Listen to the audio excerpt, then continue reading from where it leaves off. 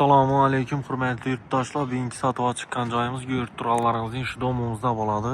Bu domimizning manzili yerda desangizda, bu yerimiz yine ko'rib turganingiz Jaloliddin haykali bo'ladi. Bu yerimiz Xorazm Plus. Bu yanımız esa bu yerimiz gipermarket Idekkan bozor bo'ladi.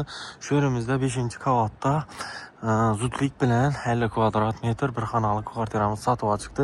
Esa joyimizning ichki qismi bilan donishchiqamiz yetdik hurmatli yurtdoshlar.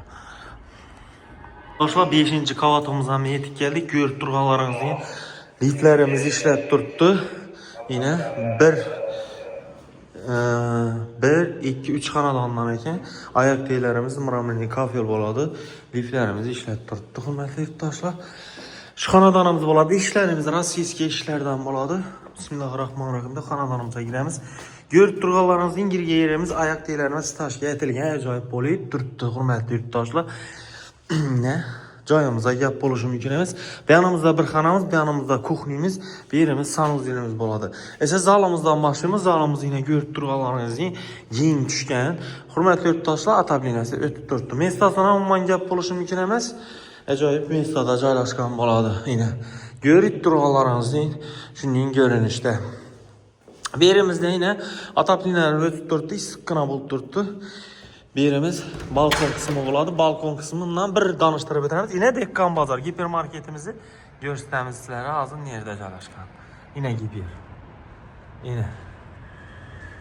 Hurmatli yurtdoshlar, gipermarket. Mestasına umuman gap bo'lishi mumkin emas. Ajoyib mestada, ya'ni Dekkan bozorining oldinda bo'ladi hurmatli yurtdosh. Ajoyib mestada joylashgan.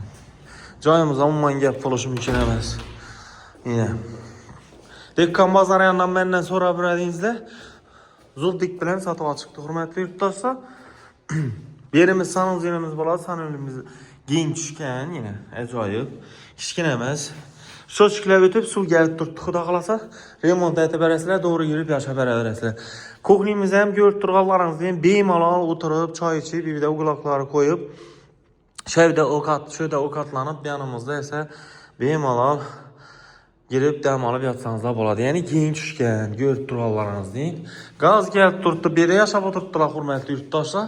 Yine dvig konturni kotyollar qo'yilgan, shochkalar qo'yib turibdi.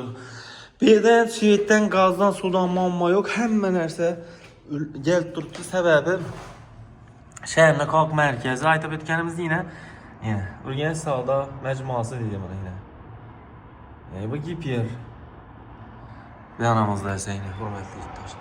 Mestasi вообще zo'r meni hurmatli yurtdoshlar. Ajoyib mestada joylashgan joyimiz zudlik bilan sotuvga chiqdi. Esa hurmatli yurtdoshlar, joyimizning narxina keladigan bo'lsak, joyimizning narxi 350 million so'm, ustunda albatta kelishib beriladi. Sotuvga zudlik bilan chiqdi. Ekranda berilgan telefon raqamlariga telefon qilaveringlar. Sog' bo'ling, salomat bo'ling. Sizlar uchun shunday arzon joylarni chiqarishda davom qilamiz hurmatli yurtdoshlar.